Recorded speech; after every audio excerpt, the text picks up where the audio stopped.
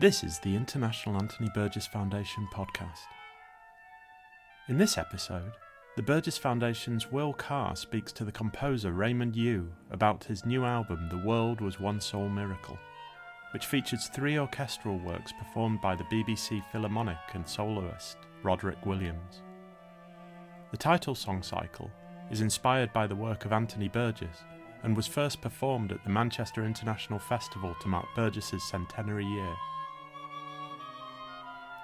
The World Was Once All Miracle is out now on Delphian Records and available on CD and download from your favourite place to get music.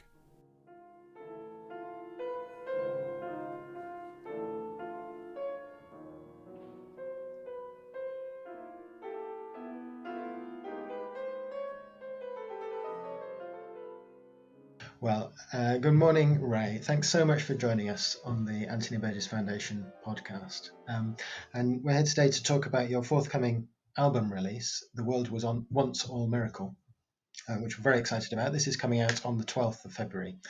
I wonder if we could begin, though, by asking you a bit about your journey as a composer. How did it start? When did you start writing music? Even though I started playing the piano at the age of 4, I didn't really try writing music until I start my undergraduate study at Imperial College doing engineering. I think first of all, I began by doing a lot of improvisation on the piano when I was a teenager, but I didn't really quite know what I was doing other than just playing, fooling around on the piano. Only when I started studying at Imperial College, I started trying to write down the ideas that I came up with and trying to find a ways to put them together into a piece of music with a beginning and ending. So that's pretty much where I started around the age of about 1920. I see. So you're originally a performer, is that right?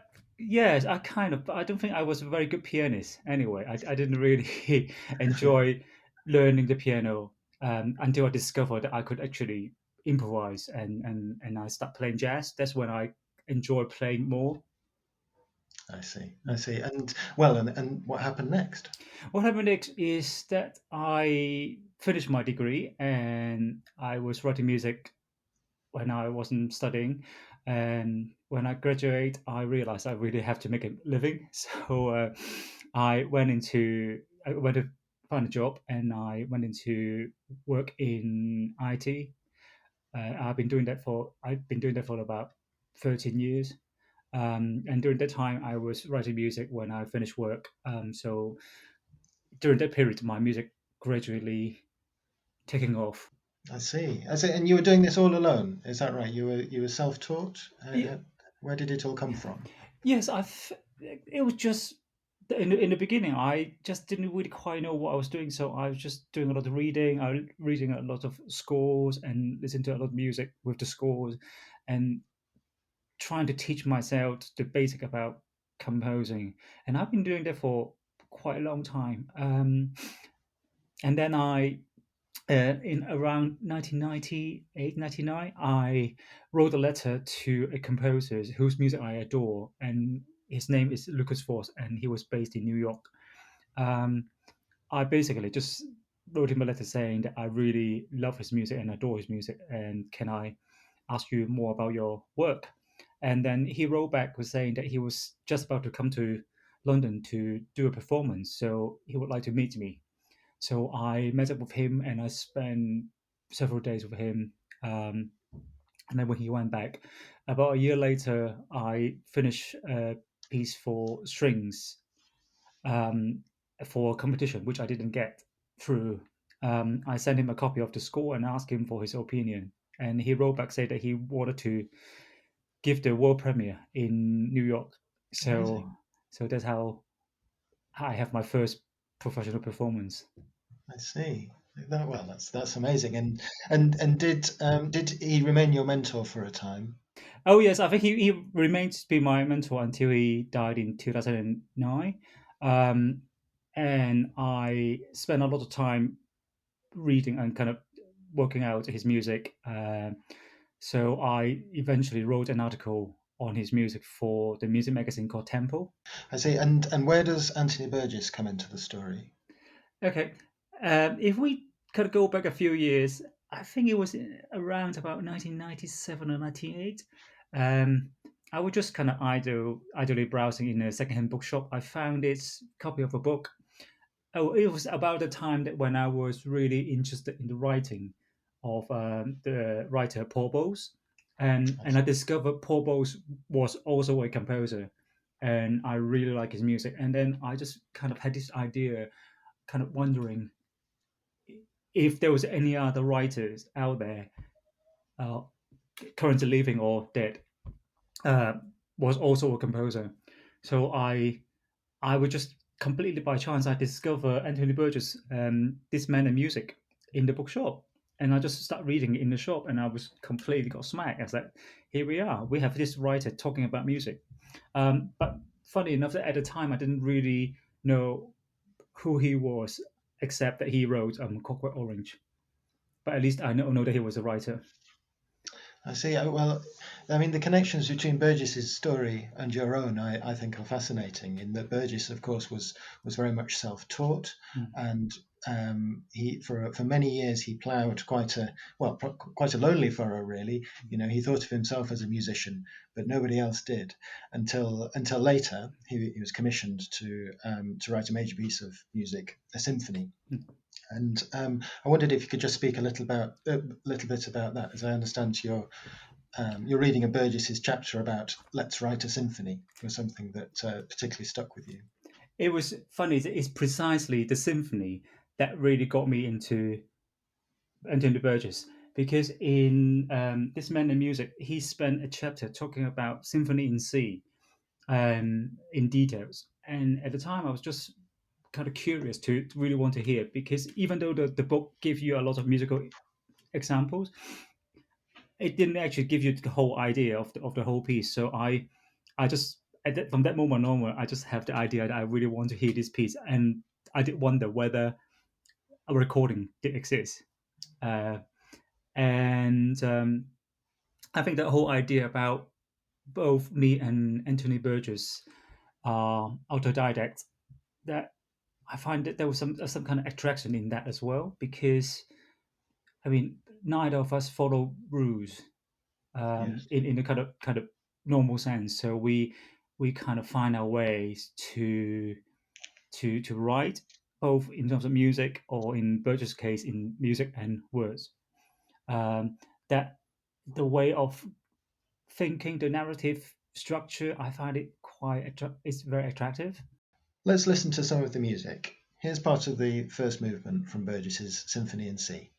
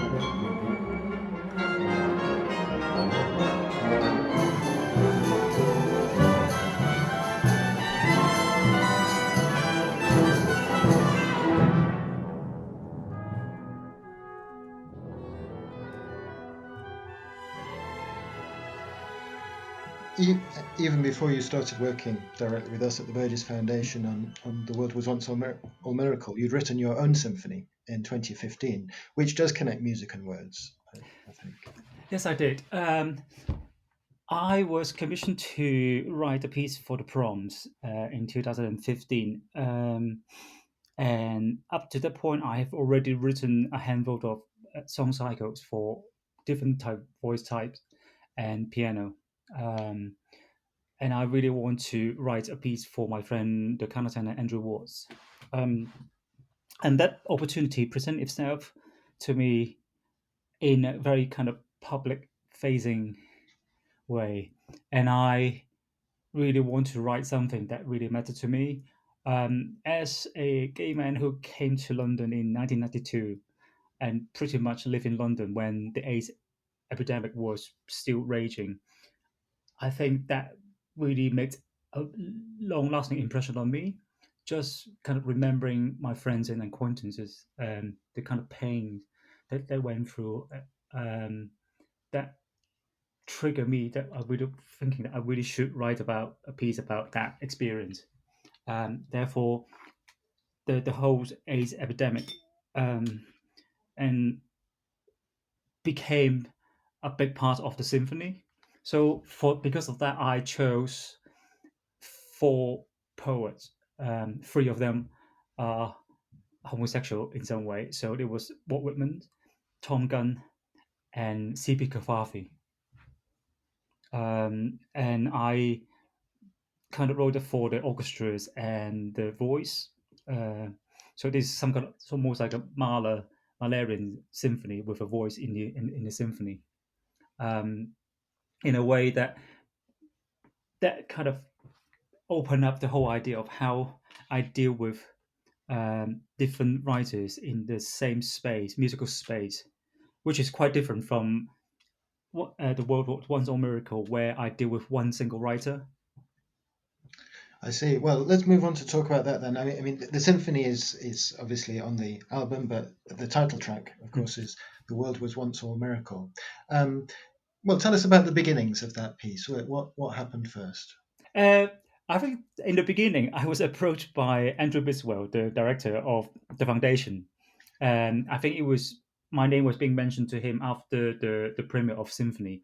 So Andrew wrote to me, and then we have some discussion. I think I kind of just sold the idea when I mentioned to him that I actually knew this man in music. Yes. I think he just liked the idea that I considered Burgess to be a composer who wrote rather than the other way around, because I think because just I approached him first as a composer, um, and I believe that was the way that Burgess kind of saw himself anyway. Um, so in a way that I kind of in line with what Burgess was thinking about himself. So the process started once the commission came through. I start making trips to the foundation and asking to see a lot of manuscripts that you guys hold in the foundation. And what did you make of it? What did you discover? I thought there was just so much of it. It was just fascinating because a lot of the material are they included just one page sketch or just idea to a complete movement or pieces, which kind of it's just incredible. The amount of music he actually wrote, and considering the fact that the foundation is not the only place that hold his manuscript. There are other places in the world that actually have his other manuscript. Just the thinking the sheer amount of music he wrote on top of the words that he wrote as well. Yes, well, the output is really quite vast. But as I was saying, Burgess didn't, until perhaps later in his life, get to hear much of his music being performed. What do you think of Burgess's music itself? I find it very interesting. A lot of them are very good. Uh, I mean, to be fair, being a composer is a is a to write music is a craft that you need to improve by doing it. You learn from your mistakes by hearing a piece being played, and you realize something that doesn't work. And I do think that Burgess' music, it was getting better and better as he get older, because he finally get to hear it, and he can hear things that didn't work and hear things that worked, and he kind of improved them. Um, but thinking about it, just for example, the symphony is such a massive piece, and he didn't really have any kind of experience before that to actually hear any of his orchestral music. He just kind of jumped into the deep and wrote it, and it's a really really good piece. The variety, the way he used the orchestra, it doesn't come across as amateur at all. And when you look at the score, he kind of you can tell that he know how the orchestra work. So you're in the Burgess Foundation archives and you're looking at all of Burgess's unperformed manuscripts and so on. Did any of Burgess's music find its way into your piece? Oh yes, I think it was just in one of my trip. I was just randomly looking at a lot of the kind of loose leaves in his manuscript, and I just came across this quite odd looking one, and I just didn't quite know why, but I just look at it. I just like the look of it, but I didn't really look in details, and I just took a photograph because there was so much of it. I didn't take pictures of every single pages, but that one just suddenly just screaming at me was saying that come and take a picture of me, so I did, and I went home and I looked at it the week after, and I just look at it, and I went to the keyboard and I just played through it, and I thought, oh, this is interesting. That was only about two staves of music in there, but it's some kind of idea that Burgess was trying out with the way of writing serial music. So you can actually clearly see a tone roll being worked, A tone a row. tone roll, Oh, I which see. Yes. which which um, which is the basic for a lot of serialist music. Um, and that really got me excited because Burgess wasn't just sticking in the kind of old-fashioned kind of Elgar Britain type music. He actually know what is going on in the musical world, and he was trying out different ideas. And for me, that the tone roll itself is fascinating as well, and the harmonization he came up with. So I decided to use that sketch as the basic for song number 5 in the song cycle. Tell us a bit about the song cycle as a whole, perhaps, because you set a number of Burgess's texts, but they're all quite different. Yes, I think the next step of the process was actually finding the text, and which was daunting because considering the fact that how much he wrote, um, and I was toying with the idea that do I go into the one of the novels or just pick up some text from the stories or essays or whatever. And I just noticed that he published a collections of poems called Revolutionary Sonnets. So I got hold of a copy, um, and I read through it.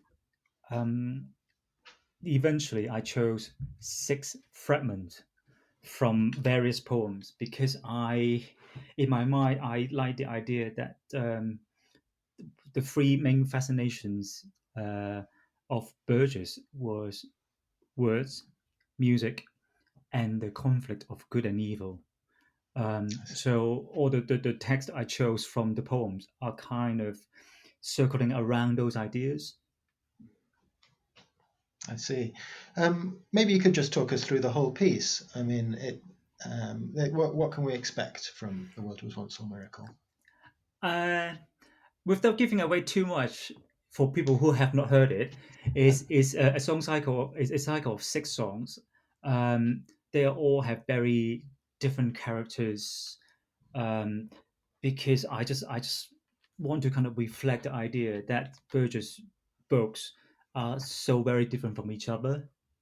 So I just want to write almost like 6 miniature novels, so they have kind of very different textures and temperature, um, all reflecting the life and the personality of Burgess. So the first one is a lot to do with wordplay about um, very strange kind of words. it's almost like a core to music. How we started the whole song cycle with the word sick. Yeah. So I think that was kind of quite an interesting idea, that because it's a lot of Burgess novels start with quite unusual first lines. For example, Earthly Powers. Um, Yes, of course. this is a very Yes. famous first line. So I just want to have a kind of quite striking opening song. Um, and then the second and the third are the two slow songs that paired together. The second one is about sleep, but I think the way I read into it is it's more about guilt. So it's almost like a kind of very dark, Britanesque nocturne, um, with a kind of end the songs with a yawning in the orchestra, Yes. and a kind of bell ringing as well. In the third song, um, is I think for me it's possibly one of my favorite personal favorite, because as I was doing my research, I discovered that Anthony Burgess spent several years in the mid 50s living in Malay with his first wife, teaching English there. I just like the idea that, in a way, strange way, that me and Burgess is kind of having kind of opposite journey.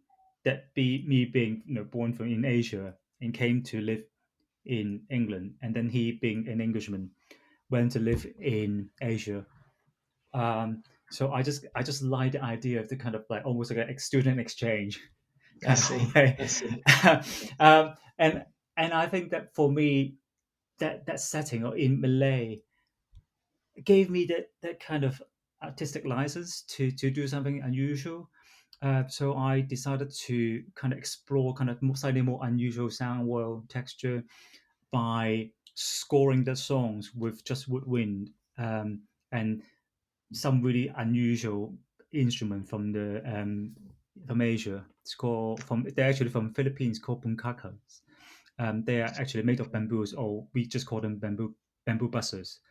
Um, so the whole songs is trying to provoke, kind of evoke this sound of kind of Asian ceremonial religious music in the background, while the main character is talking about love. Here's part of the third song from The World Was Once All Miracle.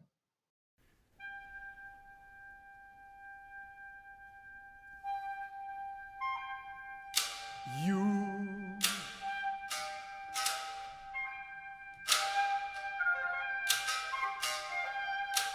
you were there,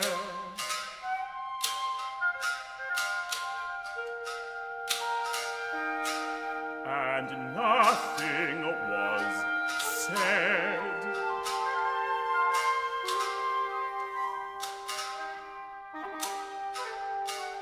For words were dead.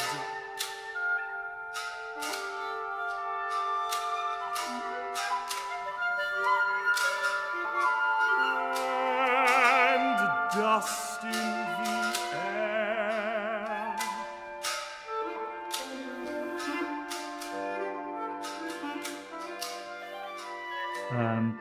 So that is the two slow song, and then we come to the fourth one, which is a scherzo, and it really kind of bring forth the idea that Burgess' fascination with music.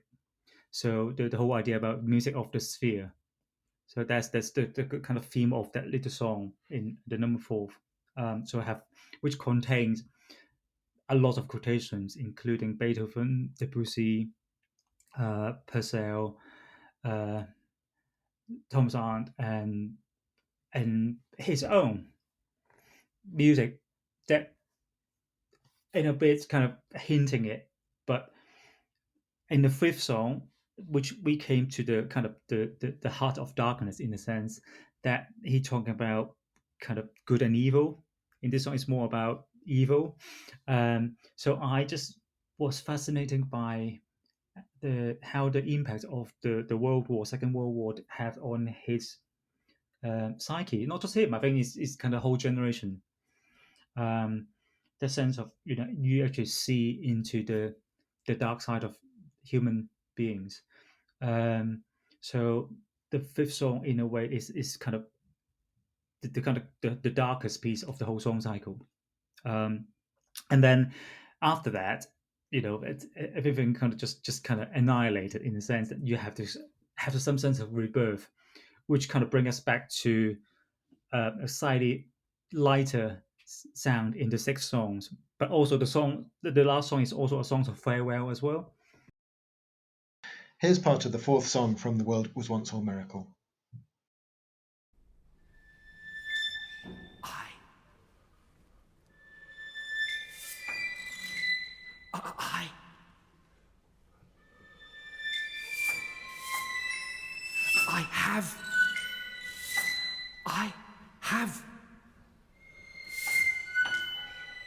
I have raised.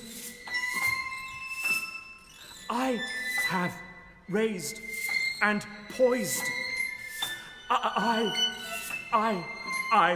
have raised and poised a fiddle.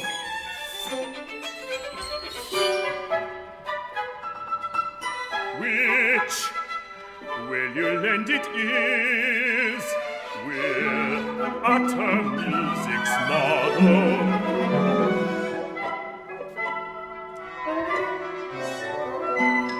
The music of the spheres.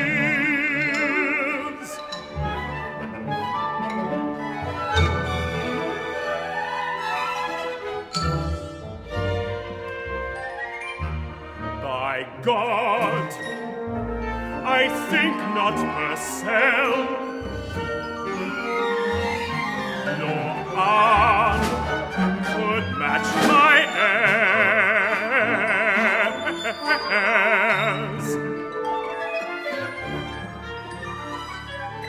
Perfect beyond rehearsal. Maybe you could tell us a bit about the influences on your own work, though. I mean, which composers particularly have influenced you? Well, it depends on the time of the day or the week that you ask me, I think. I tend to listen to a lot of different kind of music. My own background is, because I was born in Hong Kong, the first type of music kind of I got in touch with was Cantonese pop music, and then later on Western classical music. Unfortunately, in Hong Kong, when I was growing up, traditional Chinese music wasn't really being pushed, so I didn't really have the opportunity to get to know it better. Um, so, but later on, when I start studying here, I got into listening to jazz, and more pop music, dance music, country music, all sort of thing. So I don't kind of have a kind of specific kind of liking. I think possibly the only thing I wouldn't listen to is death metal. Right. Because when I was in boarding school, the person living next to me was playing it all the time, so I think I just had enough of that. I see. But I think that in a way that I just want to make it a very healthy diet, that I don't kind of choose about what to listen to. I try to listen to as much as I could, because it's always something good to learn from music that you didn't think you would like. And in a way, kind of you almost like you're doing your research, because you never know what's out there. And well, maybe we could end by thinking about the future. What are you working on next? What comes after this album? Well, after the album, I'm not quite sure, because of whatever's happening to the pandemic, kind of really affecting the music or the art scenes in a very big way. Currently, I still have an orchestral piece to be premiere, which was scheduled to be premiered in Hong Kong, because it was commissioned by the Hong Kong Philharmonic. So the premiere has already been postponed for a year. So now it's scheduled for September this year. So we will see. And meanwhile, I'm just writing some songs. I'm doing a little children opera, a short children opera, and also a violin concerto. But it's quite funny that now that I'm looking at this album in my hand, and just thinking that the 3 pieces on this disc always in my mind have a sense of like a group of pieces. even though thematically they are not really tightly linked together, but there was some kind of tenuous link. For example, in the first piece, The London Citizen Exceedingly Injured, which was my first big orchestral piece, I want to write about my experience of living in London for 20 years up to that point. But one of the big influence of the piece was George Orwell, 1984. So in a way that even though the piece is not a setting for voice and orchestra, in a way that there was a sense of literature influence in there. And then of course, as we talk about, both the world was once all miracle and then symphony have all text in there. So in a way that they kind of have this kind of link between the three pieces. So for the piece that I'm writing now, the violin concerto, and then the piece I finished for Hong Kong Philharmonic, and then maybe another piece to come, I think that there will be another group of three that have a much more kind of Chinese focus, because the piece that commissioned for Hong Kong Philharmonic is about Beethoven's for Beethoven 250 anniversary last year. So I chose to write about Beethoven in China, not literally, but it's about the idea of Beethoven, how he influenced the Chinese culture in the 20th century, 19th and 20th century. So the next piece is more about Cultural Revolution. And then the piece afterward, I'm not quite sure what the third piece is going to be yet, but we'll see. Well, that's great. That sounds like there's plenty to be looking forward to there, despite everything that's going on, and and the scale and ambition of everything you're working on seems to be certainly comparable to that of Burgess. I think I wouldn't want to go that far. I think just every time when I look, I mean, I have the pile of Burgess books next to my desk, and I just look at it, oh my god! I mean, that man, how much he wrote, and they're all amazing. It just made me really envy. Well, perhaps that's a positive note to end on. But thanks so much for talking to us. Thank you for having me today. Thank you.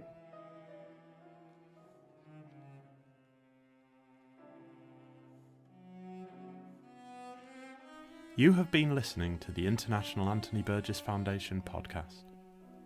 More information about Raymond Yiu is available on his website www.raymondyiu.com, and you can follow him on Twitter at Raymond Yiu. His new album, The World Was Once All Miracle, is out now on CD and download. For more information about Anthony Burgess and the work of the Burgess Foundation, visit www.anthonyburgess.org. If you enjoyed listening to the International Anthony Burgess Foundation podcast, why not leave us a review and subscribe wherever you get your podcasts?